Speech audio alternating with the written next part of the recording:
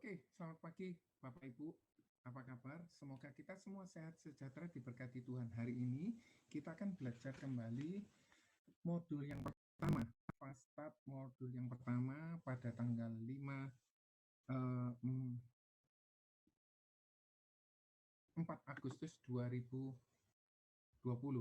Hari ini kita ada 3 pembahasan, yaitu konsep asuransi jiwa, ruling generasi baru, dan Prime Healthcare Plus. Apakah itu? Apabila nanti Bapak Ibu ingin bertanya, silakan langsung tulis di kolom chat ya Bapak Ibu, supaya saya bisa menjawabnya.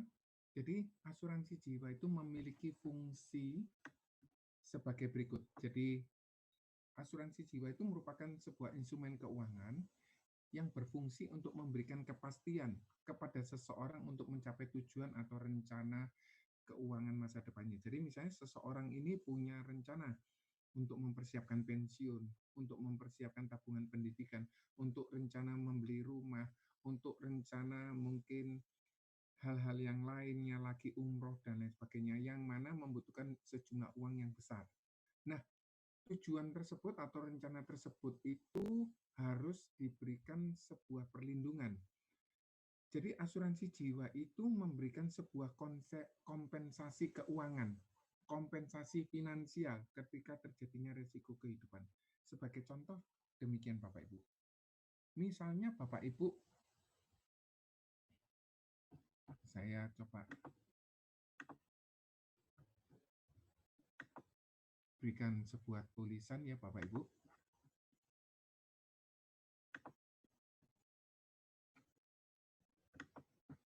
Jadi setiap orang ini sudah pasti memiliki sebuah rencana. Wah, tulisannya jelek ya Bapak Ibu.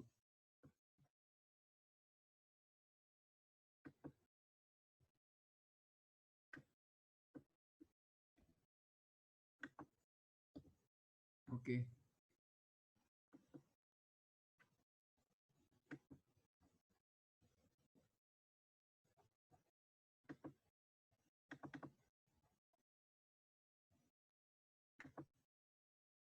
Jadi di dalam kehidupan itu ada namanya perencanaan, di mana kita bisa mendapatkan. Jadi asuransi jiwa itu merupakan instrumen keuangan yang berfungsi untuk memberikan kepastian kepada seseorang untuk mencapai tujuan atau rencana keuangan masa depannya dengan cara memberikan sejumlah kompensasi finansial ketika terjadinya resiko kehidupan. Jadi seseorang ini ada yang mempersiapkan untuk tabungan pendidikan anaknya saat dia mau kuliah, atau dia mempersiapkan untuk membeli sebuah aset rumah yang membutuhkan jumlah uang yang besar, atau dia mempersiapkan untuk tabungan pensiun, atau dia ingin mempersiapkan sebagai warisan dan lain sebagainya. Nah, rencana-rencana yang bagus tadi ini harus dilindungi, harus diberikan sebuah perlindungan, yaitu namanya asuransi, yang akan memberikan sebuah kompensasi keuangan. Sebagai contoh gini, kalau misalnya suami istri ini bekerja, ya hanya suaminya saja, sedangkan istrinya tidak bekerja dan istrinya sebagai ibu rumah tangga. Singkat cerita, si suami ini setiap bulan ngasih 20 juta ke istrinya. Nah, bisa jadi si suami ini meninggal dunia, sehingga yang nafkah biasanya diterima oleh istrinya 20 juta bisa hilang. Bisa jadi tidak ada pemasukan sama sekali. Lah, oleh karena itu akan terjadi sebuah ketidakseimbangan atau lifestyle-nya seseorang itu pasti akan turun. Dan resiko itu bisa terjadi. Kenapa? Saat kita mencari uang, ada yang namanya resiko sakit kritis. Ada yang namanya resiko kecelakaan. Ada yang namanya resiko tutup usia. 3 tadi ini membuat rencana kita ini bisa jadi berantakan. Sebagai contoh, si suami ini merencanakan memberikan rumah. Setelah uangnya terkumpul, ternyata si suaminya ini meninggal. Sedangkan uang yang terkumpul ini tidak mencukupi untuk membeli rumah. Tapi untungnya sekarang kalau seseorang beli rumah secara KPR, dia langsung mendapatkan perlindungan asuransi jiwa, itu bagus. Ada orang yang ingin mempersiapkan tabungan pensiunnya. Sebagai contoh, dia ingin saat dia pensiun nanti punya uang 15 juta, 20 juta, 30 juta setiap bulan. Nah, itu ditata, diatur supaya rencana tersebut terjadi. Rencana-rencana tadi yang bagus harus juga diikuti dengan sebuah perlindungan. Sampai di sini apakah Bapak Ibu ada yang ingin bertanya? Jadi, fungsi asuransi jiwa tadi memiliki fungsi mewujudkan rencana tujuan tadi tercapai. Yang namanya resiko kehidupan ini ada 3. Yang pertama, meninggal terlalu cepat. Artinya kalau dia meninggal terlalu cepat, seperti tadi si suami meninggal, padahal istrinya belum bisa kerja. Kalau satu kali suaminya meninggal, si istri harus bekerja. Saat istrinya bekerja, apakah bisa mendapatkan income sama persis dengan income-nya si suami tadi? Belum tentu. Jadi meninggal terlalu cepat itu juga bermasalah. Masih usia 30, suaminya meninggal. Lah si istri kan harus, untung si istri masih bisa bekerja lagi. Lah kalau misalnya usianya sudah 50, hampir 60, kemudian meninggal, kemudian si istri bagaimana? Kehidupannya selanjutnya bagaimana? Yang kedua, meninggal hidupnya terlalu lama.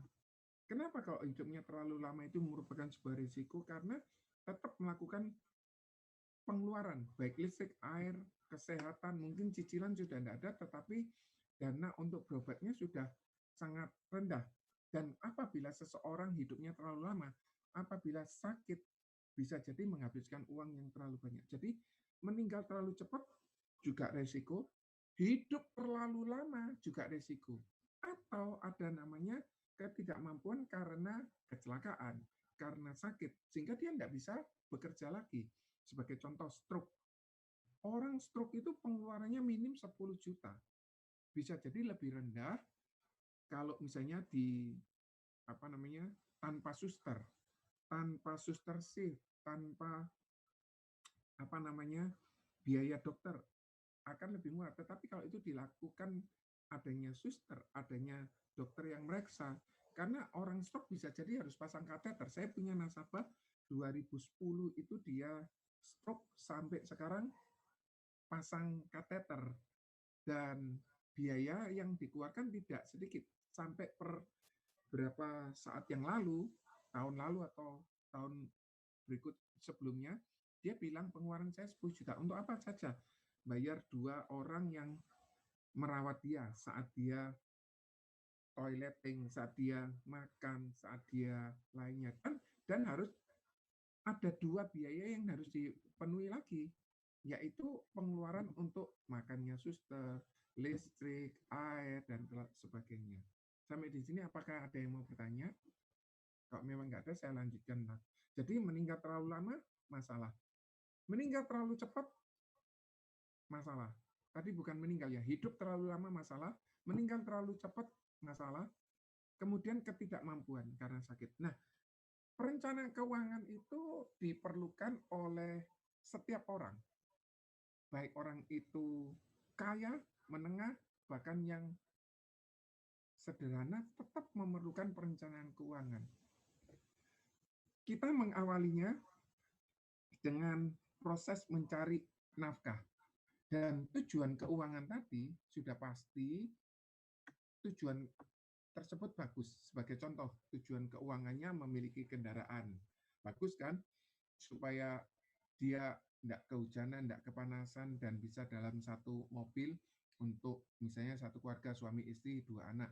Memiliki rumah, nggak nyaman kalau misalnya dia kontrak terus, atau ikut orang tua atau mertua nggak nyaman. Nah, hal itu membutuhkan keuangan yang cukup untuk bisa mendapatkan rumah tadi, atau mungkin kepingin mendapatkan aset, investasi, menyimpan untuk dana pendidikan, untuk rencana pensiun, untuk kita melakukan ibadah. Biasanya kalau ibadah, kalau orang Indonesia ya bisa jadi ke umroh, bisa jadi haji, bisa jadi ke Yerusalem dan lain sebagainya. Dan mempersiapkan warisan. Tujuan-tujuan tadi ini bagus. Tetapi tujuan tadi ini diwujudkan dengan cara apa? Seseorang bekerja. Betul ya Bapak Ibu? Kalau betul, setuju silakan tulis di chat ya. Saat seorang bekerja, tujuannya untuk apa? Untuk dapatkan penghasilan. Nah, penghasilan tadi ini kita pakai untuk kebutuhan hidup. Dan kita tabung atau kita investasikan. Semua tujuannya untuk tujuan keuangan yang mulia tadi, yang bagus. Tetapi dalam hal kita bekerja, saat kita bekerja, nggak bisa dalam waktu pendek untuk kita bisa mendapatkan tujuan keuangan tadi. Nah, di dalam proses kita mengumpulkan tadi ini ada namanya ketidakpastian, yaitu resiko. Yang tadi saya katakan meninggal, kecelakaan, yang menyebabkan cacat, atau sakit yang menyebabkan pengeluaran lebih banyak. Sehingga kalau resiko itu terjadi di saat seseorang usia produktif, saat seseorang bekerja, adanya namanya sebuah resiko yang menghasilkan penghasilan ini turun 50%, bahkan turun 100%, kapan hal itu terjadi? Saat seseorang meninggal, cacat, atau sakit. Sehingga kebutuhan hidupnya tidak bisa terpenuhi atau terganggu karena ada pengeluaran yang ekstra lagi. Kalau sakit, pengeluaran untuk berobat. Kalau cacat, pengeluaran untuk perawatan. Kalau meninggal, sudah income-nya tidak ada lagi. Tiga-tiga ini semua masalah kehidupan. Dan rencana kita berinvestasi pun tidak akan terwujud, Bapak Ibu. Sehingga tujuan keuangan tadi juga pasti tidak tercapai. Sampai sini, Bapak Ibu, apakah ada yang mau bertanya? Nah, Bapak Ibu, resiko-resiko tadi ini membuat tujuan keuangan yang kita gadang-gadangkan untuk masa depan itu tidak terwujud, maka kita memerlukan antisipasi. Antisipasinya dalam berupa apa? Kita menambahkan asuransi. Kita menyisihkan dana sebagian untuk asuransi supaya kebutuhan hidup kita tadi, kita menabung atau kita menginvestasikan tadi, memiliki sebuah kepastian tadi, kompensasi keuangan. Asuransi jiwa itu memproteksi kebutuhan hidup, memproteksi tujuan keuangan tadi. Nah, ada 3 rekening di dalam kehidupan ini. Yang pertama, rekening tabungan yang biasa kita lakukan untuk bayar listrik, air, telepon, pengeluaran rutin sehari-hari, biaya hidup, kita ambilkan dari tabungan. Tetapi jangan salah dan tidak boleh dilupakan, uang yang kita miliki ini, yang kita terima setiap bulan ini, sebagian harus disimpan dan diinvestasikan. Sebagian kan tadi dipakai, sebagian juga harus disimpan. Tujuannya untuk apa? Supaya kehidupan ini tetap bisa terimbangi dengan kenaikan harga inflasi. Yang ketiga tadi kan sudah bagus. Yang pertama, kita nabung. Kemudian sebagian uang yang kita miliki itu kita investkan. Kemudian jangan lupa kita harus melindungi rencana ini dengan cara kita memiliki sebuah asuransi. Hari ini saya mau cerita tentang Pruling generasi baru, Pruling syariah generasi baru. Jadi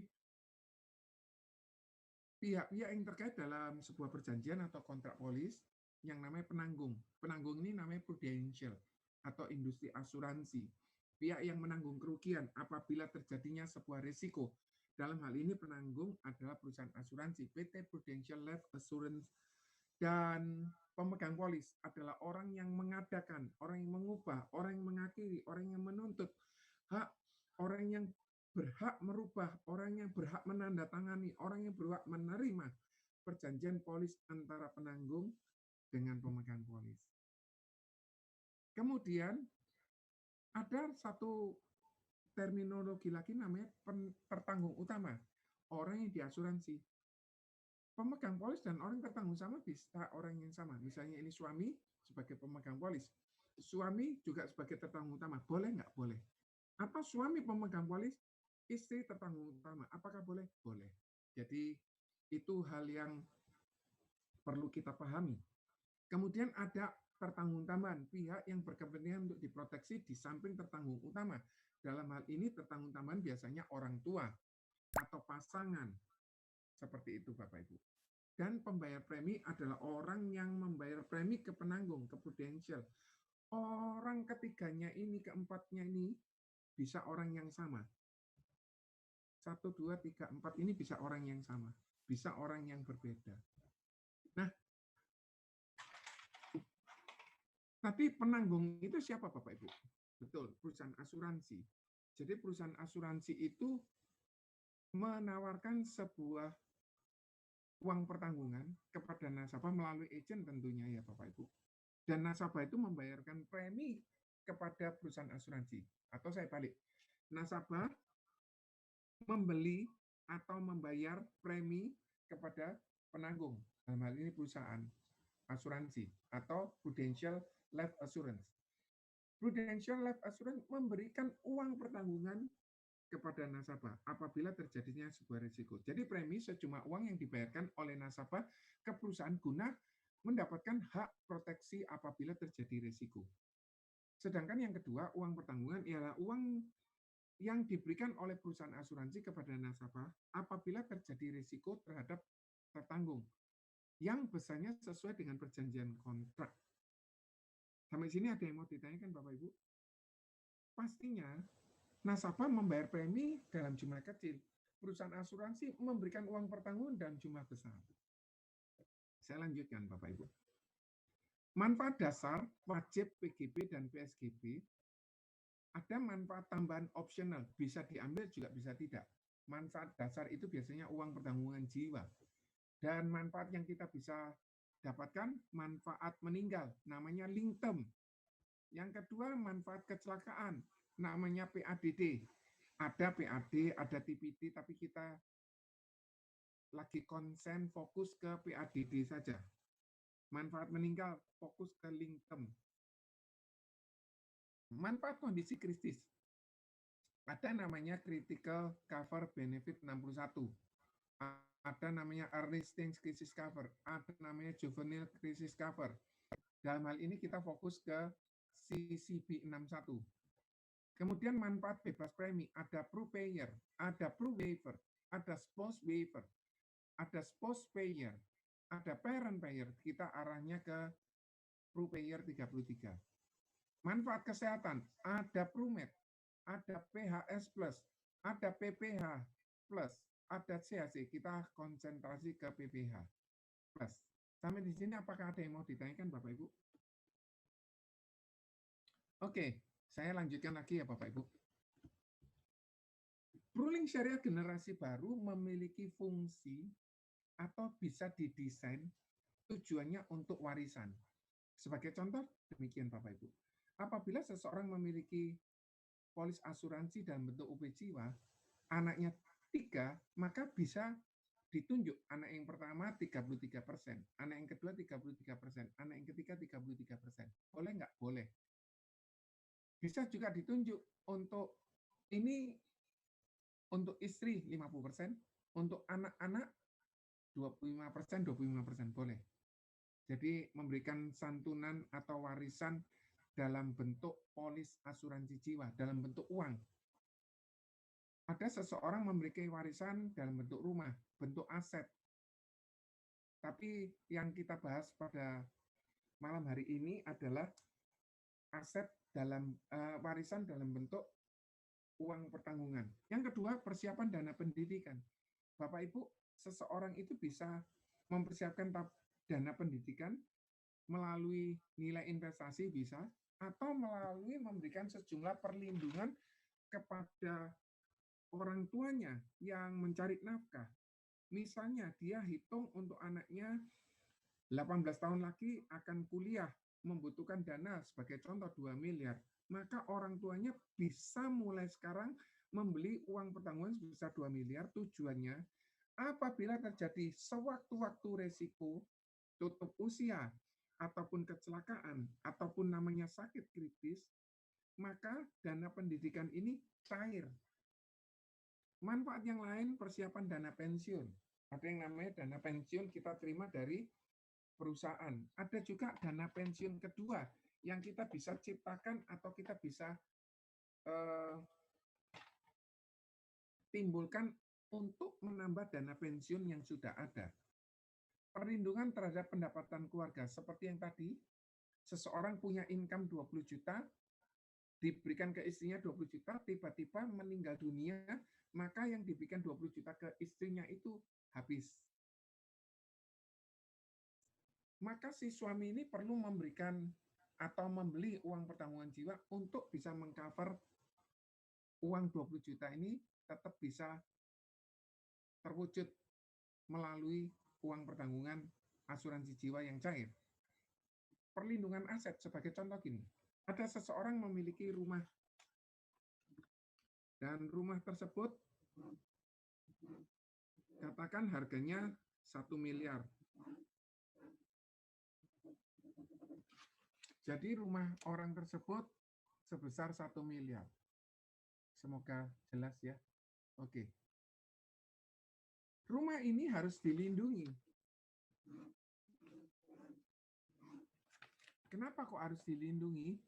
Supaya kalau misalnya terjadi sebuah resiko sakit, apa yang harus dilakukan oleh keluarganya yang sakit tersebut? Bisa jadi dia ambil deposito, dia bisa jadi ambil uang tabungan, bisa jadi dia hutang. Apabila tidak cukup semua atau tidak ada yang menghutangi atau tidak ada yang bisa diambil dari tabungan atau deposito, dia juga bisa jual rumahnya. Bapak Ibu, kalau seseorang di zaman sekarang ini kepingin jual rumah, supaya cepat harga rumah 1 miliar, supaya cepat dijual harga berapa Bapak Ibu? 700 juta, oke. 900 juta kalau bisa. Kalau pengen cepat, ya mungkin dijual 30% rugi. Itu pun sendiri kalau ada orang yang mau beli. Karena sekarang untuk jual relatif sulit. Yang beli belum tentu ada. Karena dia uangnya disimpan untuk jaga-jaga. Karena adanya kondisi COVID-19 ini. Semua tahapan kebutuhan finansial dalam satu polis bisa diwujudkan. Dalam satu polis kita bisa untuk warisan, bisa untuk dana pendidikan, bisa untuk dana pensiun, untuk pendapatan keluarga atau perlindungan aset. Luar biasa Bapak Ibu. Jadi hal ini yang membuat kita ini saat jualan polis asuransi harus menggunakan konsep. Enggak bisa kita cuma jual sekedar, oh ini loh ada uang, saya jual asuransi jiwa tanpa diberikan gambaran sebuah konsep cara jualnya akan sulit. Kenapa? Karena orang yang semula bisa beli polis asuransi, sekarang uangnya disimpan. Untuk apa? Jaga-jaga, andai kata COVID-nya ini masih lama. Ketentuan umum mata uang polis rupiah atau US dollar. Minimum preminya 4,8 atau 1000 US dollar. Maksimum preminya tidak ada. Usia masuk tertanggung 1 sampai 70 tahun. Usia masuk pemegang polis minimal 21 atau 18 tahun jika sudah menikah di usia sebenarnya. Ada lagi namanya biaya asuransi. Terbayar terus, dibayar terus, wajib dibayar hingga tertanggung usia 99. Atau sampai masa perlindungan asuransinya. Masa perlindungannya bisa 55, 65, 75, 85, 99. Semakin panjang rentang perlindungannya, semakin mahal. Pembayaran preminya bisa bulanan, 3 bulanan, 6 bulanan, atau tahunan. Untuk pruling syariah atau pruling generasi baru, manfaat dasar dari PGB atau PSGB adalah manfaat meninggal. Jadi kalau misalnya tiba-tiba meninggal, maka cairlah uang pertanggungan tersebut. Dibayarkan uang pertanggungan sejumlah nilai tunai dan nilai tunai yang ada. Lalu polis berakhir. Kalau nilai tunainya ada, UP dibayar 2 kali apabila nasabah meninggal karena kecelakaan dengan syarat UP dasar sama atau lebih dari 200 juta. Jadi kalau misalnya nasabahnya itu punya uang per tahun 200 juta, meninggal karena kecelakaan, maka akan dibayarkan oleh Prudential 400 juta, bukan 200 juta lagi. Manfaat dasar yang kedua ialah manfaat jatuh tempo. Jika tertanggung utama mencapai usia 99 tahun dan polisnya masih aktif, dibayarkan uang pertanggungan dasar, seperti contoh tadi 1 miliar, dan nilai tunai yang ada, misalnya 0 atau misalnya 100 juta, karena kan dia bayar terus. Setelah ini kita akan masuk namanya ProPrime Health Plus, manfaat rawat inap atau kesehatan. Nah, manfaat rawat inap PPH Plus tadi ini mencakup manfaat rawat inap, rawat jalan, dan dibantu oleh pihak administrasi ketiga ini sudah di-handle oleh PMN, Pro Medical Network. Usia masuk 30 hari usia sebenarnya, dan 70 tahun usia berikutnya. Untuk masa pertanggungan bisa 55, bisa 65, bisa 75, bisa 85, bahkan 99. Jadi luar biasa Bapak Ibu, kita bisa mendapatkan perlindungan itu seumur hidup. Masa tunggunya 30 hari untuk semua penyakit. Jadi kalau misalnya ada tiba-tiba sakit tipes, hari ke-31 sudah bisa dipakai. Kecuali karena kecelakaan, tiba-tiba setelah polisnya disetujui kecelakaan, maka di-cover. Dan 90 hari untuk kanker. Luar biasa Bapak Ibu, untuk perawatan kanker ini 90 hari setelah itu nasabah mengalami risiko, maka dibayarkan oleh Prudential. Dan ada 12 penyakit tertentu yang dikecualikan. Wilayah pertanggungannya di seluruh dunia, bahkan kita bisa pilih untuk manfaat Indonesia saja, atau manfaat sampai Asia kecuali Singapura, Jepang, Hong Kong, atau seluruh Asia, atau seluruh dunia kecuali Amerika, kita bisa pilih, tergantung dengan budgetnya. Apabila ingin di-cover sampai seluruh dunia, maka preminya akan lebih besar. Nah, apa saja penyakit yang dikecualikan di 12 bulan pertama sejak tanggal berlakunya rider atau pemulihan polis? Pertama, semua jenis hernia, semua jenis tumor benjolan kista nggak bisa di-cover dalam setahun pertama. TBC, wasir, penyakit tonsil atau adenoid yang memerlukan pembedahan nggak bisa. Jadi misalnya dia punya gondok, jangan untuk diklaimkan setahun pertama. Jadi harus sehat setahun pertama. Kondisi abnormal rongga hidung atau sekat hidung atau sinus atau kerang hidung, penyakit kelenjar gondok atau tiroid gondok tadi ya, amandel dan lain sebagainya, masa tunggunya setahun. Histerektomi dengan atau tanpa spalngio, penyakit tekanan darah tinggi, hipertensi, penyakit jantung dan pembuluh darah, kardiovaskuler, fistula di anus, itu odon di pembuangan BAB. Batu pada sistem saluran empedu nggak bisa diklaimkan setahun pertama. Batu ginjal nggak bisa diklaimkan setahun pertama.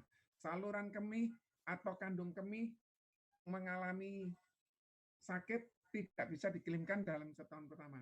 Katarak nggak bisa diklaimkan setahun pertama. Tukak pada lambung atau usus 12 jari tidak bisa ditanggung untuk setahun pertama. Semua jenis kelainan sistem reproduksi, termasuk endometriosis, miom, fibroid di rahim, tidak bisa tercover. Tetapi kalau misalnya dia sudah setahun lebih, tiba-tiba harus angkat miom di cover. Diskus invertebrata yang menonjol, penyakit kencing manis. Maka kalau kita mencari nasabah, carilah orang yang sehat. Jangan orang yang sedang berbaring di rumah sakit Anda tawari, pasti mau. Kenapa? Karena mereka akan mengeluarkan sejumlah dana yang cukup besar. Untuk sakit COVID saja 70 sampai 700 juta Bapak Ibu. Untuk masuk ICU, satu hari bisa 15 sampai 25 juta sehari Bapak Ibu. Sehingga kalau Anda nawari ke orang yang sudah sakit, pasti mau. Tetapi kalau ada orang yang Anda tawari dan Anda tidak bisa closing terus, itu orang yang cocok untuk Anda jadikan nasabah. Kenapa? Orang itu sehat. Kenapa? Orang sehat tidak perlu obat, tidak perlu asuransi. Tapi pada saat sakit dia perlu obat. Saya punya Panadol, minumlah Pak. Saya barusan beli. Kamu gila ya? Aku sehat kok, Mbak suruh minum.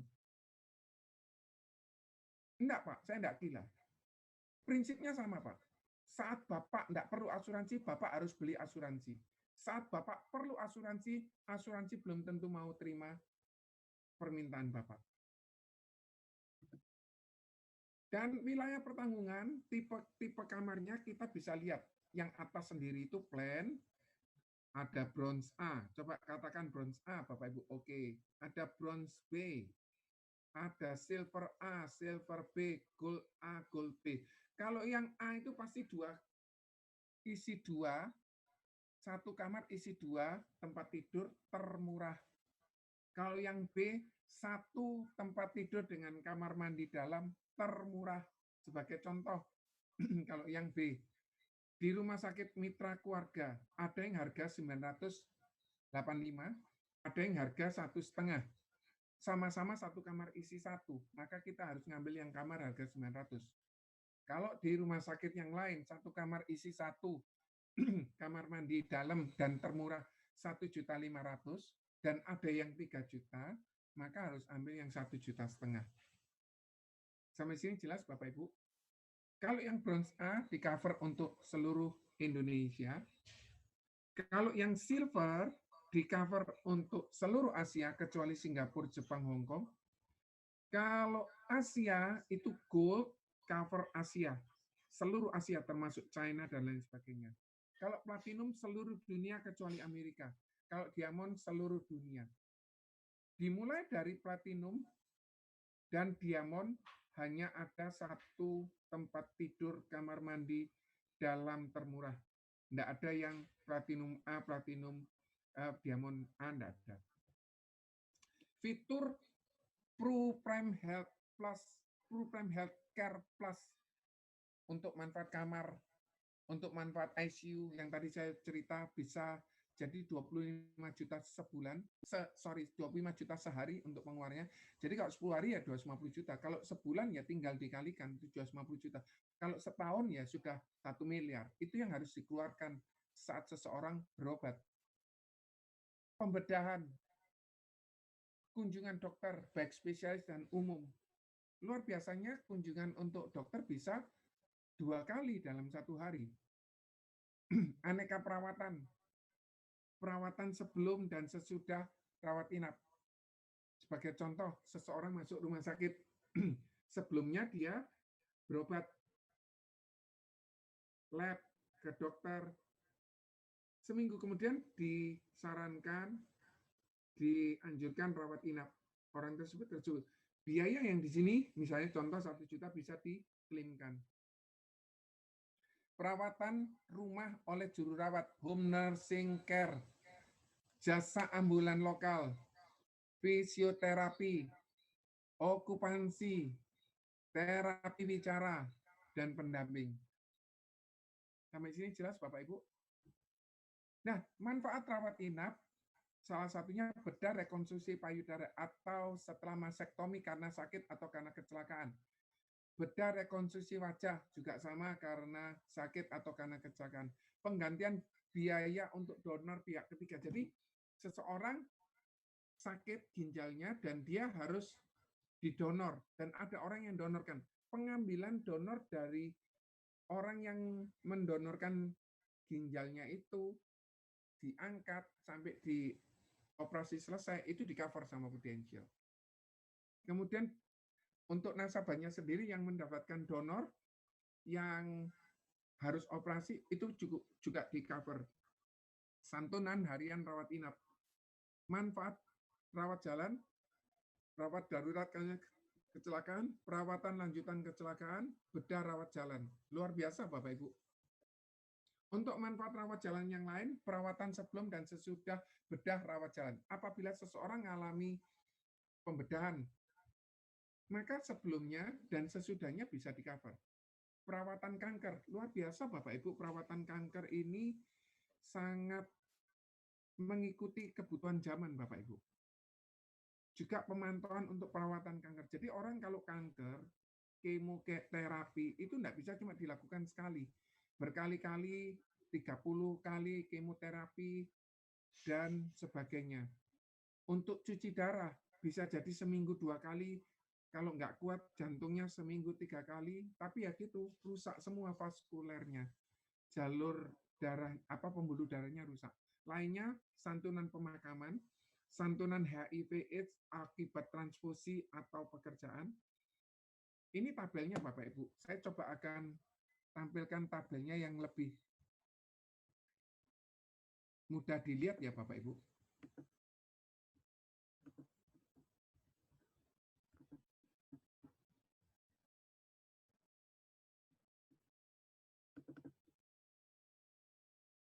Nah, kira-kira apakah Bapak Ibu bisa lihat? Ini coba saya fokuskan ke satu saja ya yang saya bisa perbesar. Kira-kira lebih jelas ya Bapak Ibu ya. Oke.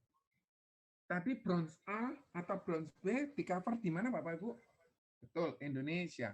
Kalau misalnya untuk silver A atau silver B cover mana Bapak Ibu? Malaysia, betul. Dan biaya kamar di cover selama 1 tahun penuh.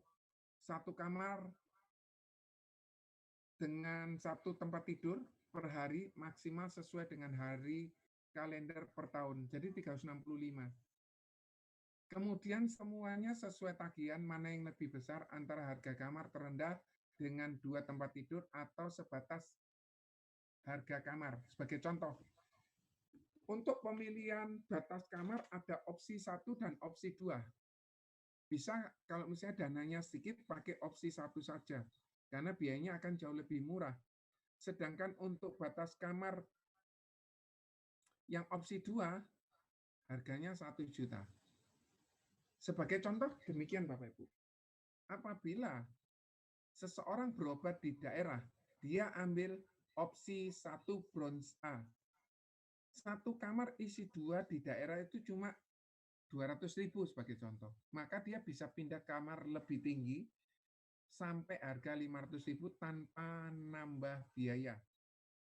Kecuali di Pru Medical Network, rumah sakit yang bekerja sama dengan Pru Medical Network akan dibayarkan selama 2 hari apabila tidak tersedia kamar.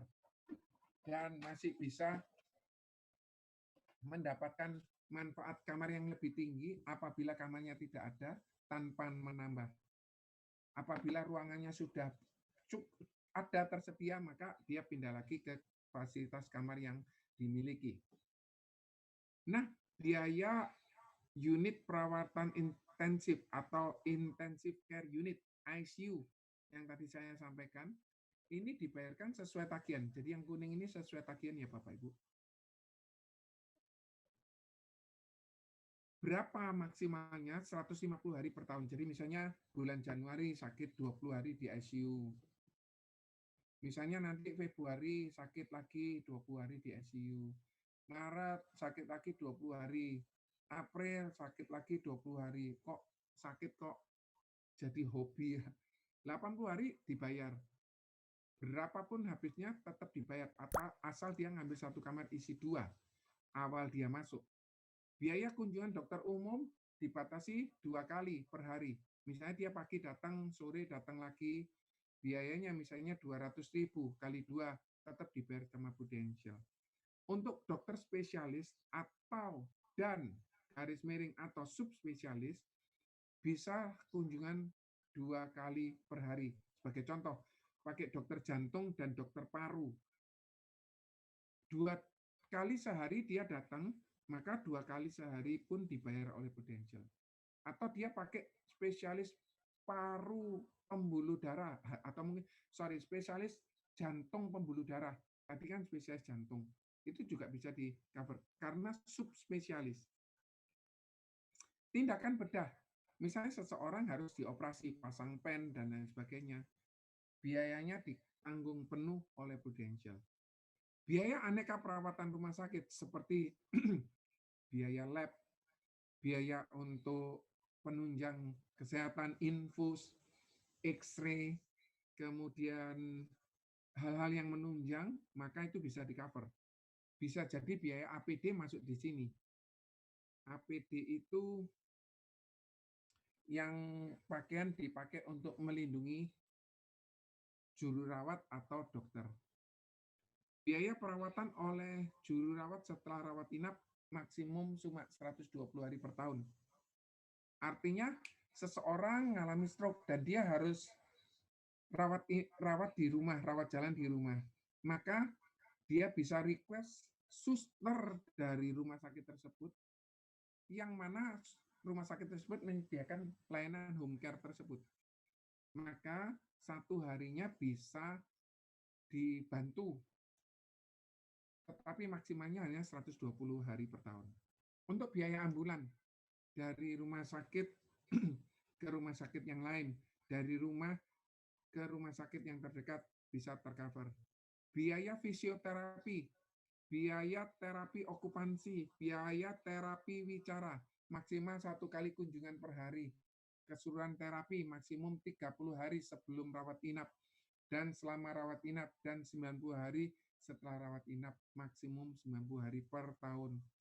Jadi kalau misalnya orang stroke dikirim fisioterapi pun bisa di-cover.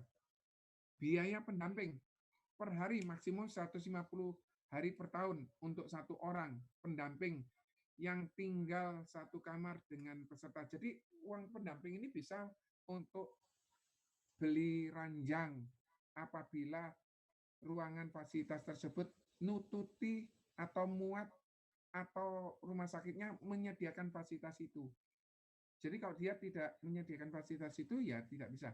Untuk biaya makan, biaya snack, sebagai contoh di rumah sakit Mitra Keluarga, seseorang masuk di sana sebagai pasien, maka dia mendapatkan voucher 1 hari 600.000, bisa dibelanjakan untuk minum dan lain sebagainya.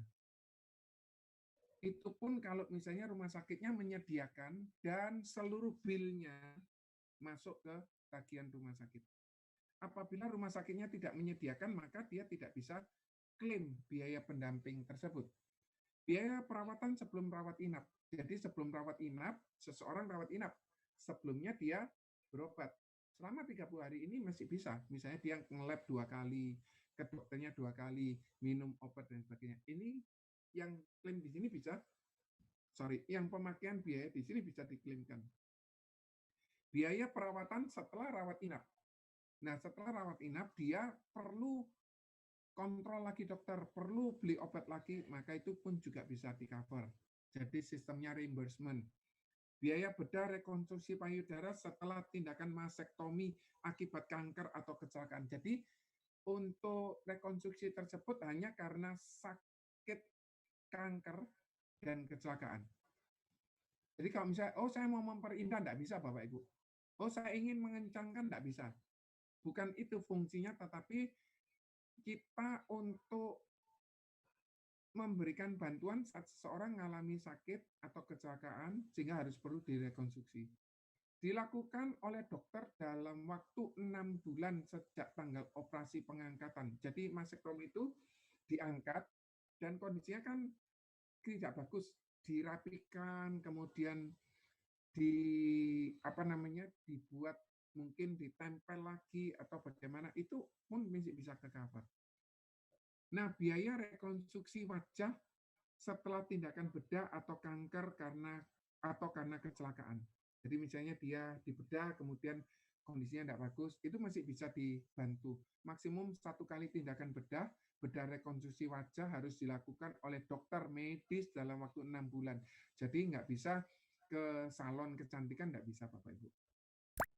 Penggantian biaya donor pihak ketiga transplantasi organ penting termasuk ginjal, jantung, paru-paru, hati, sumsum, tulang belakang, semua bisa di-cover. Manfaat santunan harian rawat inap ini berfungsi apabila seseorang sudah mendapatkan asuransi dari perusahaannya, mendapatkan asuransi dari asuransi yang lain, maka dia bisa mendapatkan santunan, misalnya 500.000 atau 1 juta per hari. Selama berapa hari? 100 hari per tahun. Jadi itu fasilitas yang diberikan oleh Prudential. Rawat jalan, darurat hanya untuk kecelakaan.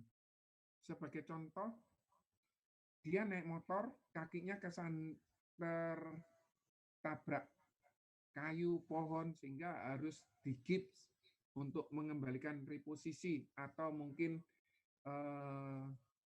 dipasang kip atau dipasang pen yang nggak perlu rawat inap.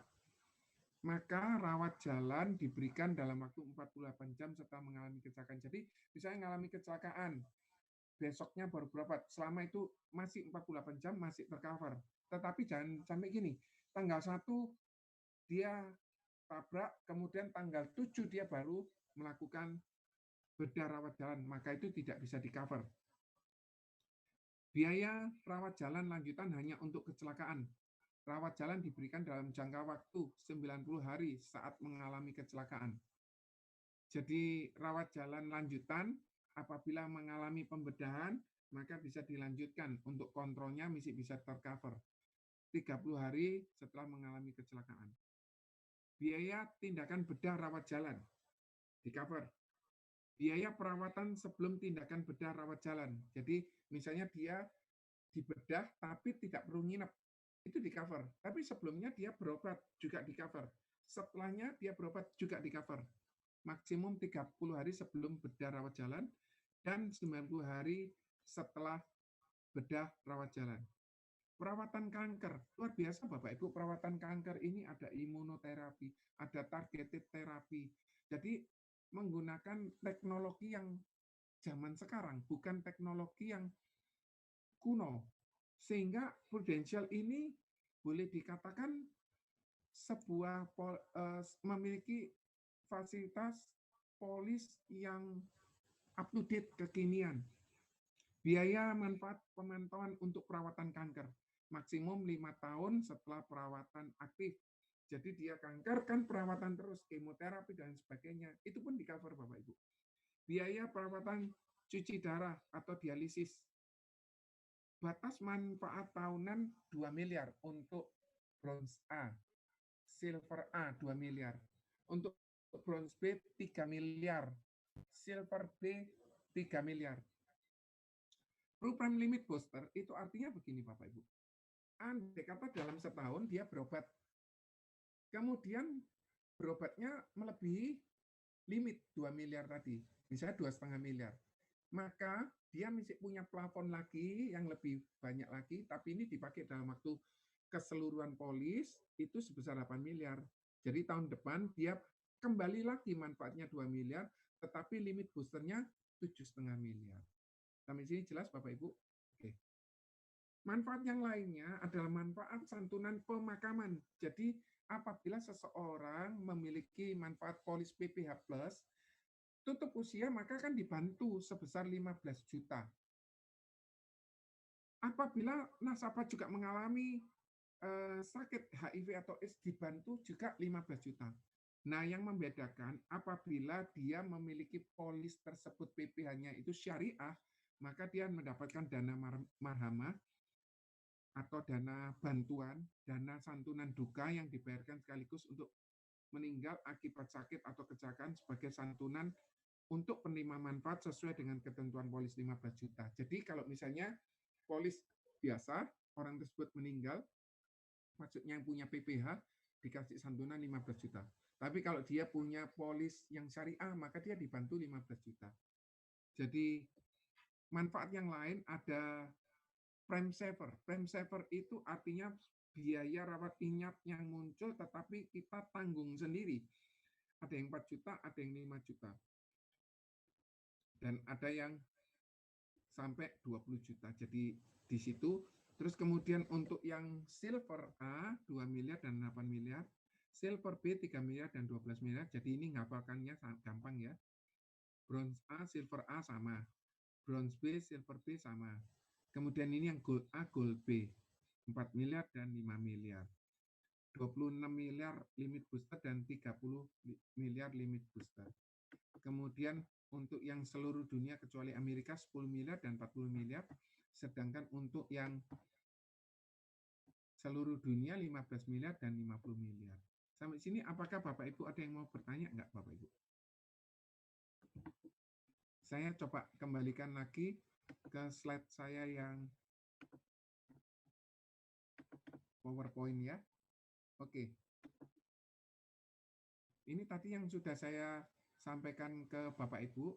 Dan Bapak Ibu untuk prosedur klaim, untuk rumah sakit rekanan sekarang menggunakan cashless. Dan kartunya pun sendiri sekarang pakai e-card. Bapak Ibu download di aplikasi Pulse, kemudian Bapak Ibu masukkan nomor polis Bapak Ibu, tanggal lahir Bapak Ibu, nanti Bapak Ibu bisa mendapatkan contohnya kartu PPH yang elektronik. Khusus untuk di luar negeri diperlukan pre-sertifikasi, lapor terlebih dahulu. Supaya apa? Rumah sakitnya disediakan, terus kemudian pengaturannya sudah disediakan, bisa jadi kalau di luar negeri berbeda bahasa. Oleh karena itu perlu melakukan pre-sertifikasi. Untuk rumah sakit non-rekanan, reimbursement. Tetapi kalau rumah sakit rekanan, khususnya Pro Medical Network, Husada Utama, Siloam, Premier, Mitra Keluarga, bisa dilakukan secara cashless. Untuk layanan COVID, tidak ada masa tunggu. Apabila Bapak Ibu beli polis PPH, plus tidak perlu masa tunggu. Apabila nasabah mengalami diagnosa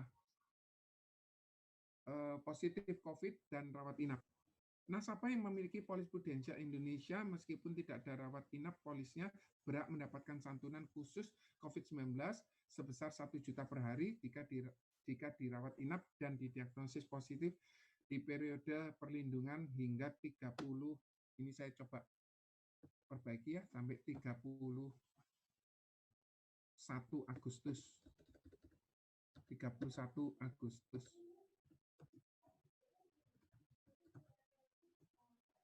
Dengan cara Bapak Ibu mendaftar melalui aplikasi Pulse. Kalau Bapak Ibu tidak mendaftar melalui aplikasi Pulse, maka Bapak Ibu tidak bisa mendapatkan cover tersebut.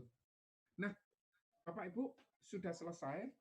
Apabila Bapak Ibu ingin bertanya, masih bisa saya kasih kesempatan Bapak Ibu bertanya. Silakan Bapak Ibu ikut training yang kedua besok, teknik menjual polis kepada orang yang belum memiliki polis. Kemudian tentang program kesehatan, bagaimana cara jualnya. Dan Bapak Ibu akan mendapatkan manfaat yang sangat besar. Sampai di sini dulu Bapak Ibu, semoga bermanfaat. Terima kasih dan sampai jumpa besok Bapak Ibu. Selamat malam Bapak Ibu.